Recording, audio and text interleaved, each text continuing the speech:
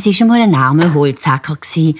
Der hat vom Morgen bis zum Abend geschafft und geschafft und geschafft. Manchmal hat er nur trockenes Brot und Herdöpfel gegessen. Alles, was er verdient hat, auf die Seite tun. Und an einem schönen Tag hat er zu seinem einzigen Bub gesagt: «Der soll es mal besser gehen als mir, Hans. Du hast es im Kopf und nicht nur in den Händen. Du musst etwas Rechts lernen. Welchen Beruf wäre dir denn am liebsten?»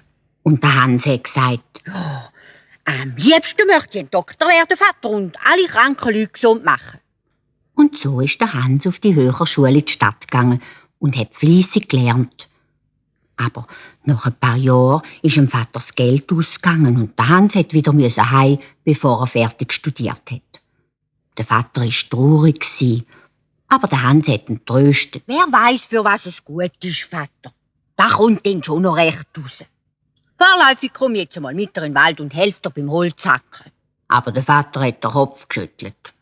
«So rauche Arbeit bist du nicht gewöhnt.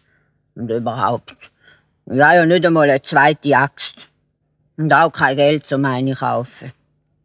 Da ist der Hans beim Nachbar eine Axt verlehnen und am nächsten Morgen, noch bevor die Sonne aufgegangen ist, sind der Vater und der Hans miteinander in den Wald raus.